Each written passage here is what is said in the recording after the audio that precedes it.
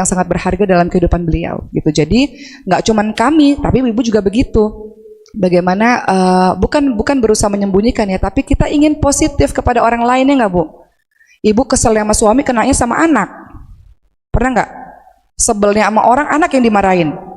Lagi pusing urusan orang lain, anak yang kena gitu. Ntar minta maaf sama anak pada saat anaknya tidur. Ibu jangan minta maaf sama anak pada saat anak tidur, anak nggak denger. Ibu kalau lagi marahin anak, 5 menit kemudian langsung minta maaf. Jangan tunggu anaknya tidur gitu ya Bu. Balik lagi, udah kemana-mana nih kita. Balik lagi. Orang-orang kalau ketika ditimpa musibah yang keempat apa dia? Bersyukur. Seperti ibu di Gaza tadi. Alhamdulillah ala kulli hal, segala puji bagi Allah untuk semua keadaan. Makasih ya Allah sudah buat saya sakit, jadi saya belajar untuk lebih bergantung kepadamu ya Allah. Terima kasih ya Allah dikasih saya begini, sehingga saya tahu bahwa saya harus mencintai Engkau. Kadang-kadang kita cinta makhluk lebih-lebih dibanding mencintai Allah. Nggak ada ruang buat Allah di sini. Padahal yang sering nyakitin kita makhluk. Allah nggak pernah ninggalin kita, makhluk ninggalin kita. Allah nggak pernah ninggalin kita. Siapa yang ninggalin Allah? Kita. Kita ninggalin Allah, Allah nggak ninggalin kita, ibu-ibu sekalian. Dan musibah terbesar bagi kita pada saat kita ninggalin Allah. Ibu-ibu kalau lagi marah kan ninggalin Allah. Kadang-kadang ya, tapi di sini semuanya soleha insya Allah. Kadang-kadang ninggalin Allah. Teman saya bilang, saya punya 3 anak kecil-kecil, suami saya ternyata di luar seperti itu. Saya marah sama Allah. Saya tinggalin anak-anak saya sama mbak aja. Saya pergi dari rumah, saya buka jilbab saya mulai macam-macam kata beliau. Sampai akhirnya saya marah sekali sama Allah pada saat itu. Saya udah jadi ibu yang baik, istri yang baik, semuanya hidup saya korbankan untuk keluarga ini. Tiba-tiba seperti itu. Saya merasa nggak kuat kata beliau. Marah saya sama Allah, lari saya sama Allah. Tapi ujung-ujungnya sampai kemana larinya gitu kata beliau. Akhirnya balik lagi, ya, balik lagi. Jadi Allah nggak pernah ninggalin kita, tapi kita yang meninggalkan Allah. Kadang-kadang hal-hal tersebut memang harus terjadi pada diri kita. Harus, ya harus. Karena surah Al-Baqarah bilang begitu, pasti terjadi dalam kehidupan manusia. Pasti engkau dalam kehidupan itu ada rasa takut, kehilangan, kekurangan, itu pasti. Semua orang ngalamin, semua orang. Salah satu ujian terberat itu adalah tentang perkara cinta, ibu-ibu sekalian. Ini saya curhat lagi nih. Saya mengelola pesantren. Di pesantren itu sekarang pesantren kita main ya Bu, di pesantren Bu ya, Maskul Hufaz. Pesantren itu sudah berdiri hampir 10 tahun Bu, 10 tahun itu sudah hampir berdiri. Dan kita sudah mulai punya top-top ustazah gitu ya, ustazah-ustazah yang sudah 8 tahun, 9 tahun di pesantren. Hebat Masya Allah, leader para perempuan-perempuan hebat Masya Allah. Ngurusin umat bisa, ngurusin dakwah bisa, dikasih tugas apapun, tugas-tugas dakwah kuat semuanya. Tahu nggak jatuhnya gara-gara apa? Cinta.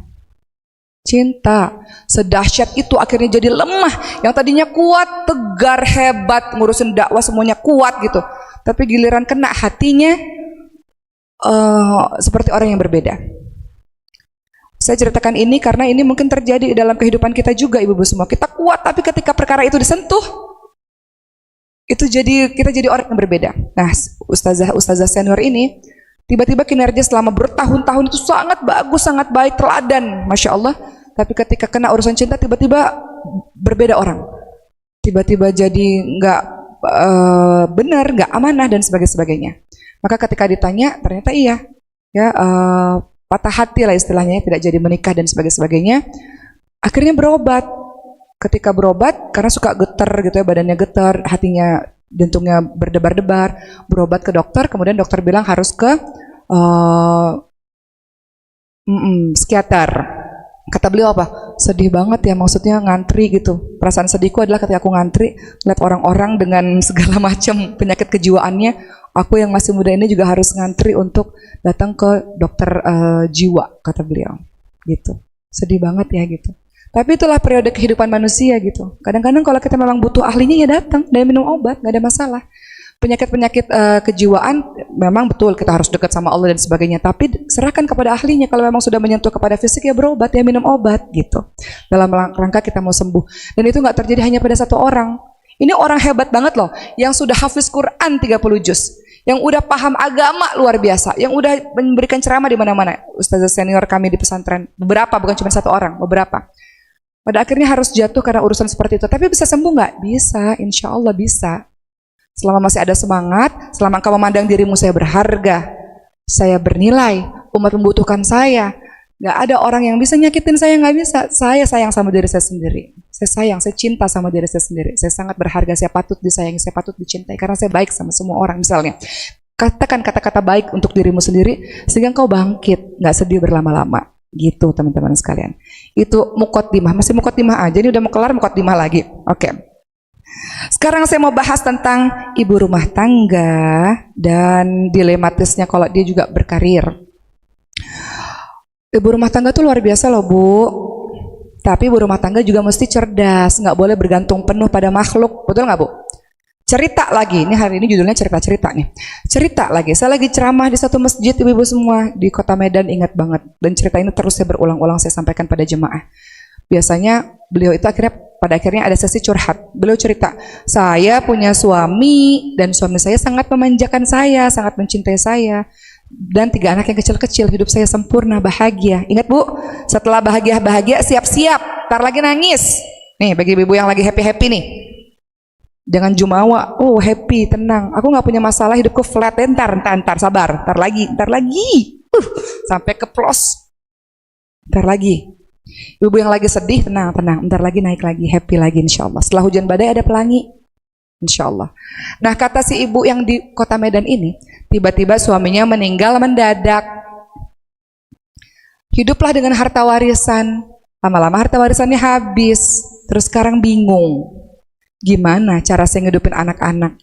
Gak punya skill, gak bisa nyari duit sendiri, gak ngerti caranya gimana, gak tahu apa-apa, minta bantuan sama orang malu, minta bantuan terus, minta tolong terus malu, terus gimana?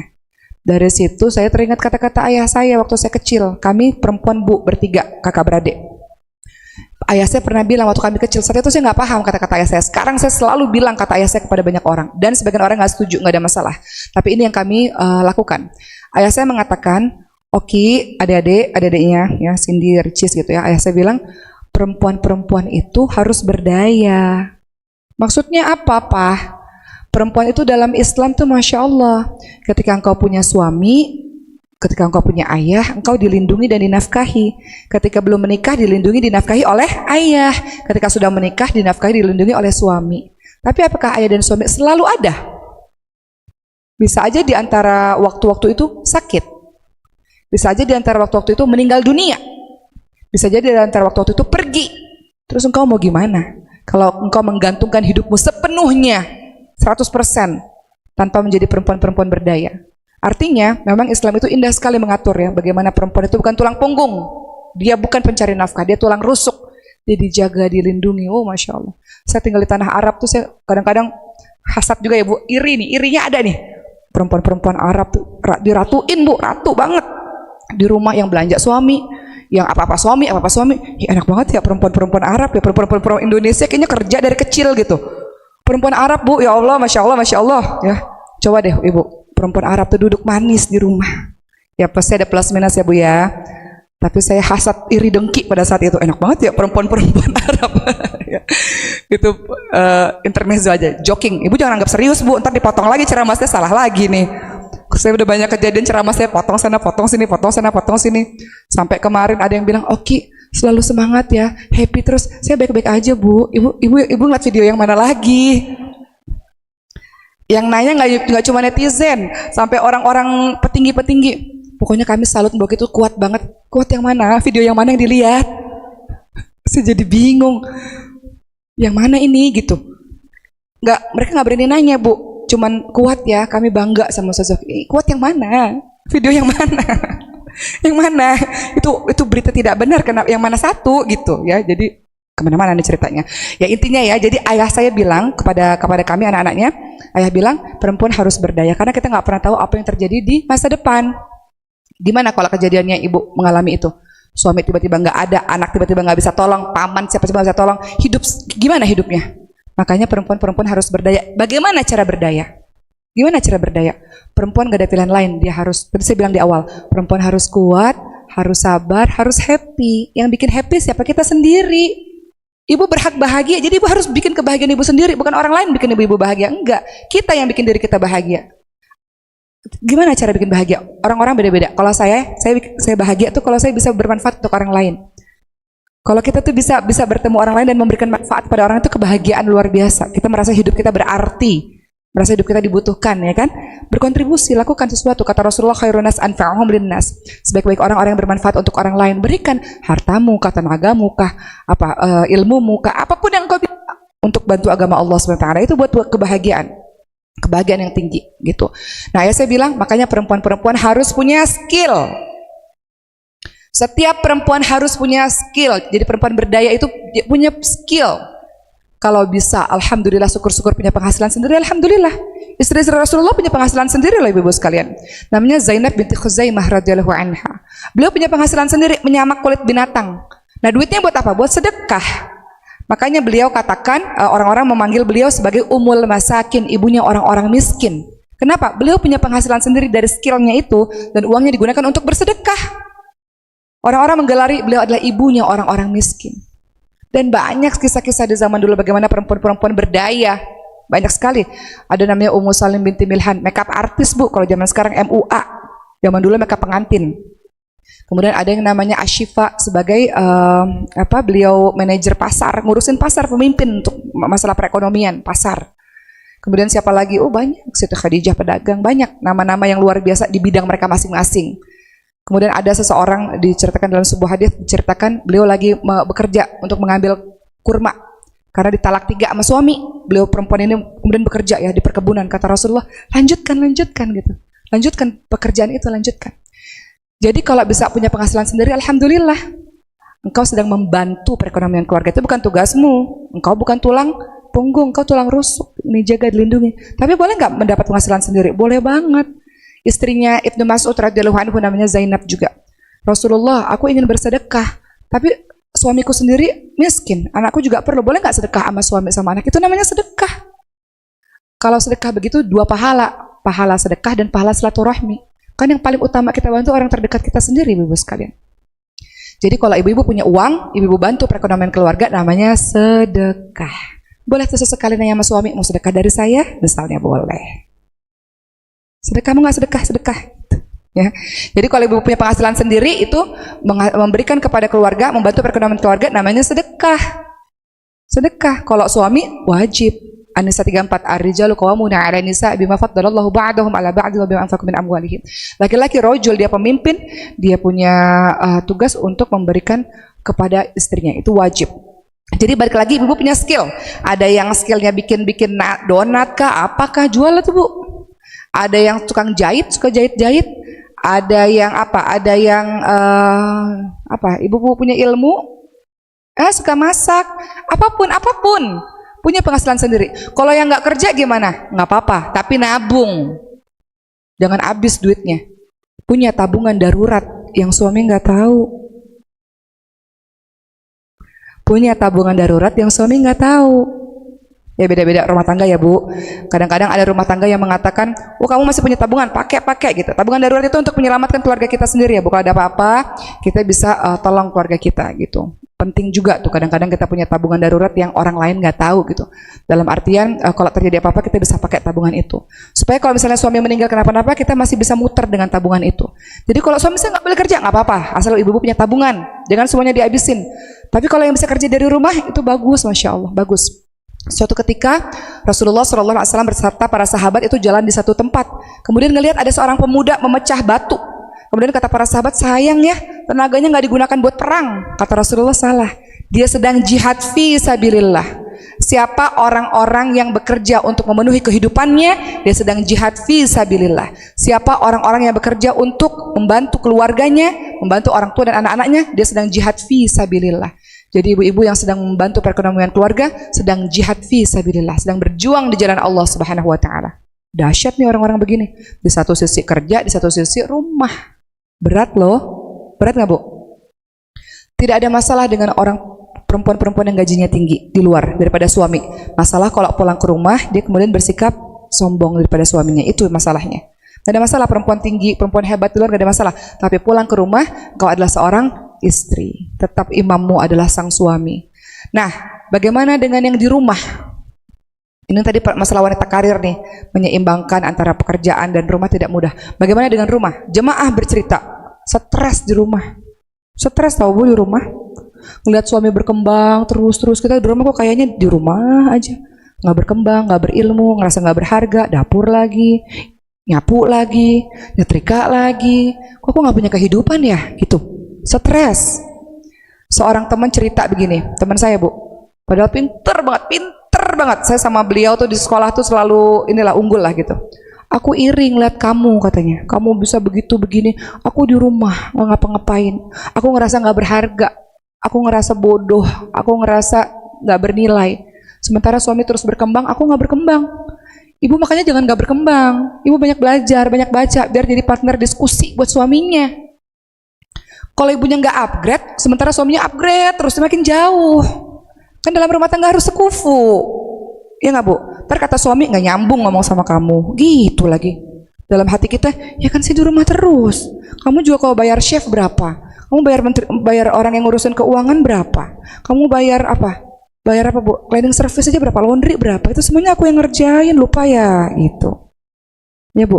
Kadang-kadang tapi di satu sisi Ibu upgrade, ada waktu 24 jam itu Ibu harus nambah ilmu, banyak baca, banyak dengar, supaya jadi partner diskusi. Sebagaimana Rasulullah sangat cinta pada Siti Khadijah. Kenapa Rasulullah sangat cinta pada Siti Khadijah? Karena jadi partner. Waktu Rasulullah SAW dari Gua Hiro ketakutan luar biasa, kemudian pada akhirnya beliau pulang ke rumah, istrinya ini yang menyelimutinya, tenang, gak usah cerita sekarang, sampai tenang dulu, ditenangin dulu, diberikan ketenangan fisik, tenang dulu sayang istilahnya ya, pakai dulu nih selimut, udah tenang, apa yang terjadi? Baru suaminya cerita. Kenapa suaminya mau cerita? Karena suaminya percaya istrinya mampu menyelesaikan permasalahan, bukan menambah beban. Kenapa suami kita nggak cerita? Mungkin kita jadi nambah beban, nggak mau cerita jadinya. Cerita, Rasulullah mau cerita kepada Siti Khadijah. Kemudian Siti Khadijah mengatakan apa? Suamiku, engkau tuh orang baik. Orang yang suka membantu tali silaturahmi, suka menyambung tali silaturahmi, suka membantu orang lain. Engkau orang baik. Diberikanlah semangat. Bu, nggak semua orang loh bisa kayak gini. Yang ada kita ikut ngompor-ngomporin. Iya ya ampun, amit-amit banget ya itu terjadi. Kok bisa begitu ya misalnya. Tapi si istri yang soleh ini, engkau tuh orang baik, Masya Allah. Engkau tuh orang hebat, Masya Allah. Engkau tuh orang yang suka bantu silaturahmi. Sehingga suami jadi bangkit lagi kepercayaan dirinya. Nggak sampai di situ. Siti Khadijah memberikan solusi atas permasalahan suaminya. Diajaklah ke Warokah bin Naufal, seorang pendeta yang beriman pada kitab Injil, beriman kepada Allah Subhanahu Wa Taala, yang pada akhirnya menjelaskan bahwa engkau adalah nabi terakhir. Jadi itu tuh peran dari Siti Khadijah sebegitu luar biasanya. Nah, kira-kira bisa nggak begitu Bu? Bisa kalau diri kita sendiri udah selesai. Kalau diri kita belum selesai, boro-boro nenangin orang lain, nenangin diri sendiri aja belum kelar-kelar, gitu. Gimana cara nenangin diri sendiri? Ya udah, ambil sejadahnya, nangis aja sama Allah Subhanahu Wa Taala. Wasta'inu bis-sabri was-shalah. Kalau terjadi apa-apa, minta tolong sama Allah dengan sabar dan dengan sholat. Puas-puasin tuh nangis sama Allah, puas-puasin. Kalau nggak cukup, journaling Bu, Ibu tulis aja semua, nggak usah dikasih ke siapa-siapa, tulis biar rilis gitu, nulis. Gitu. Apapun yang ibu rasakan, ibu nulis. Curhat sama Allah sama nulis, curhat sama Allah sama nulis gitu. Dan jangan pernah merasa sendiri. Engkau itu nggak sendiri. Kan kadang-kadang kita ngerasa aku sepi, aku sendiri. Benar nggak? Sendiri, aku sepi. Enggak. Allah ngelihat air matamu, Allah tahu. Allah tahu semua pengorbananmu, Allah tahu semua apa yang kau rasakan, Allah tahu. Semua apa yang kau lakukan, Allah, apa yang kau rasakan, Allah lihat gitu. Jadi jangan merasa sendiri. Makanya kita sering mendengar ada kata namanya tawakal 'ala Allah. Apa sih tawakal 'ala Allah? Berserah, menyandarkan diri kepada Allah SWT. Ibu-ibu kalau bersandar pada diri sendiri, ibu nggak kuat. Kuat nggak Bu? Kalau ngandelin diri sendiri, nggak kuat. Tapi engkau punya yang maha kuat, maka bersandarlah kepada yang maha kuat. Siapa itu? Allah Subhanahu Wa Taala. Kata Allah apa? Wala tahinu wala tahzanu wa antumul a'launa in kuntum mu'minin. Jangan lemah, jangan sedih. Engkau itu ditinggikan derajatnya karena engkau orang-orang yang beriman. Orang beriman tahu dia nggak sendirian. Orang beriman tahu dia punya Allah. Tapi kadang-kadang kita bilang, mana Allah nggak kelihatan. Aku butuh orang gitu. Aku butuh orang yang bisa dengar. Makanya pergilah ke orang-orang yang teman-teman bisa percaya untuk mencurahkan. Jangan dipendam sendirian. Nanti bisa stres. Ntar kalau sendirian, kata teman saya nih, kata si ustazah senior, kalau sendirian itu tiba-tiba kepikiran aja, pengen bunuh diri. Ada yang bisikin gitu, udah gini aja, udah gitu aja gitu. Makanya nggak boleh sendirian. Makanya sering datang-datang ke kajian ya ibu-ibu ya. Sering datang-datang ke kajian. Terus buka tuh Qur'annya, belajar, tasinnya, tajwidnya, sibukin diri. Itu yang membuat ibu-ibu akhirnya lupa dengan air mata dan kesedihan itu. Gitu. Ya jadi kembali lagi untuk ibu-ibu rumah tangga, engkau hebat Masya Allah. Walaupun orang-orang sebagian memandang ibu rumah tangga nggak bisa apa-apa, kata siapa? Semua dikerjakan oleh ibu rumah tangga. Ibu-ibu bisa masak, ibu-ibu bisa nyuci, ibu bisa bersih-bersih. Kadang jadi tukang pijat juga, tukang ojek kadang-kadang.